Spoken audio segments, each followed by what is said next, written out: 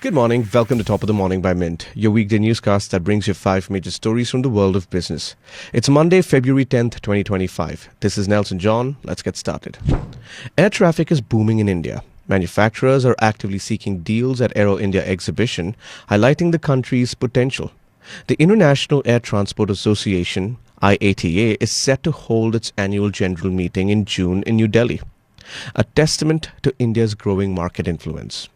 According to Airbus India's Remy Maillard, India is now the third largest air market globally after the US and China.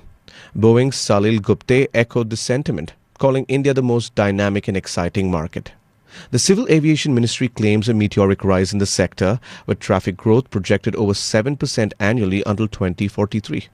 Although rail travel remains popular, it's often slow and chaotic.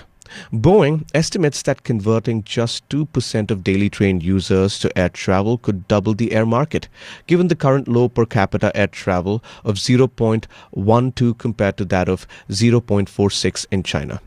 Going by these statistics, the Indian market will need at least 2,835 new aircrafts in the next 20 years, and all major players like Indigo, Airbus and Air India are gunning for the next big leap in the airline sector. Ola Electric will need to consistently sell 50,000 units every month in order to achieve profitability, says the founder and chief executive officer Bhavish Aggarwal. To be sure, Ola Electric has faced considerable criticism due to widespread customer complaints about poor service center experience. In September last year, Mint reported that Ola's service center backlogs had risen to 80,000 customer complaints per month. Speaking to an analyst, Agrawal claimed that the company had recaptured its market leadership in terms of volumes with 25,000 units sold in January. The company has consistently been under pressure, with Ola Electric shares losing about 2% on Friday alone to settle at 70 rupees apiece on the BSE, only 8% of its all-time low. The company has suffered a quarterly net loss of 564 crore rupees in the last quarter of 2025. Agrawal, however, claimed that the company maintained a steady industry leadership with a market share of over 25%. The recent deportation of 104 illegal immigrants to India by the US government has sparked controversy in the Indian Parliament. In the midst of this debate, Prime Minister Narendra Modi is scheduled to visit the United States from February 12th to 13th, where he will engage in discussions with President Donald Trump, as quoted by Indian Foreign Secretary Vikram Misri. Earlier, on January 27th, President Trump and Prime Minister Modi held a conversation focused on immigration matters and the importance of India purchasing more American-made security equipment. The United States is India's largest trading partner, with two-way trade surpassing $118 billion in 2023-24 and India recording a trade surplus of $32 billion.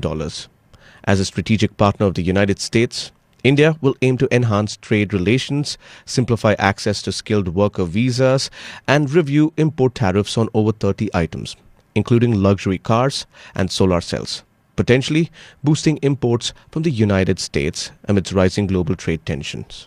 The Reserve Bank of India's Monetary Policy Committee (MPC) on Friday cut the key policy interest rate by 25 basis points to 6.25% to support growth. At a post-policy press conference, the new RBI Governor, Sanjay Malhotra, spoke on a range of issues such as implementation of the proposed guidelines on liquidity coverage ratio, LCR, working with government on various recommendations, geopolitical developments, and the cost of policy actions on regulated entities. It is not only about stability. The implementation of LCR norms comes at a cost. It requires a strict impact analysis and enough time to be implemented. While the rupee depreciation puts pressure on inflation, a higher worry is how global uncertainties would pan out. Religare Enterprises chairperson Rashmi Saluja informed shareholders at the company's annual general meeting on Friday that she was not retiring as a director, a move that stumped shareholders and proxy advisory firms. However, a third of Religare's investors told Mint that they had voted against Saluja's reappointment as director. Manendra Singh, a partner at law firm Economics Laws Practice, revealed that under the Companies Act 2013, the chairman can regulate the manner in which voting is conducted, but cannot take away the voting rights of its members. The Burman family, which owns a little over 25% of Religare, got approvals from all regulatory agencies and offered to buy up to 26% shares from minority investors via an open offer that opened on 27 January.